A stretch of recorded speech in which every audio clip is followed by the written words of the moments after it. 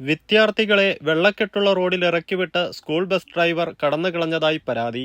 Champad ചേതാവൂർ higher secondary സ്കൂളിലെ 19ഓളം കുട്ടികളെയാണ് പാതിവഴിയിൽ ഇറക്കിവിട്ടത്. ഇതേ തുടർന്ന് നാട്ടുകാർ പ്രതിഷേധവുമായെത്തി. കനത്ത മഴയെ തുടർന്ന് ചമ്പാട് കൂരാറയിൽ റോഡും വയലുകളും കാണാത്ത വിധം വെള്ളമുയർന്നതോടെ ബസ്സുകൾ ഉൾപ്പെടെ യാത്ര നിർത്തിവച്ചിരുന്നു. ഈ റോഡിന് സമീപത്തായാണ് ചേതാവൂർ ഹയർ സെക്കൻഡറി സ്കൂളിലെ 20ഓളം വിദ്യാർത്ഥികളെ ഉണ്ടമുക്കിൽ സ്കൂൾ ബസ് ഡ്രൈവർ ഇറക്കിയത്. തുടർന്ന് ഡ്രൈവർ ബസ്സുമായി പോവുകയും ചെയ്തു. റോഡിലെ വെള്ളക്കെട്ടിൽ ഇറങ്ങാൻ പോയ വിദ്യാർത്ഥികളെ നാട്ടുകാർ തടയുകയായിരുന്നു. കുട്ടികളിൽ നിന്നും വിവരമറിഞ്ഞ നാട്ടുകാർ സ്കൂൾ അധികൃതർക്കെതിരെ പ്രതിഷേധവുമായി രംഗത്തെത്തി.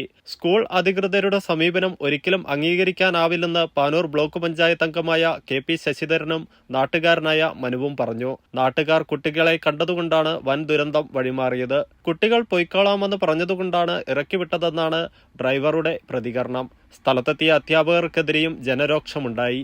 തുടർന്ന് സ്കൂൾ ബസ്സിൽ തന്നെ മറ്റൊരു വഴിയിലൂടെ കുട്ടികളെ വീട്ടിലെത്തിച്ചു.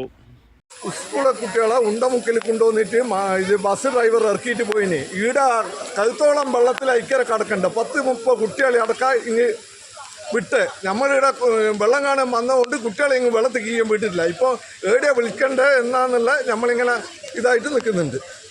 നിങ്ങൾ അറിഞ്ഞോ 4 ലക്ഷം പേർക്ക് ഈ വർഷം കാനഡയിൽ PR നേടാൻ സ്ഥിരതാമസമാക്കാം.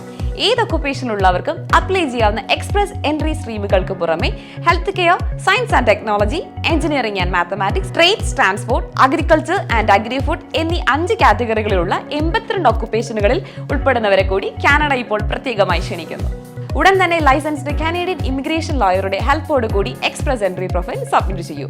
ഫ്രീ അസസ്മെന്റിനായി ഇപ്പോൾ തന്നെ ഇന്ത്യയിലെ ആദ്യത്തെ കാനഡ ഇമിഗ്രേഷൻ ലോ ഫേമായ ഇംലോ ഗ്ലോബലിനെ കോൺടാക്ട് ചെയ്യാവുന്നതാണ്.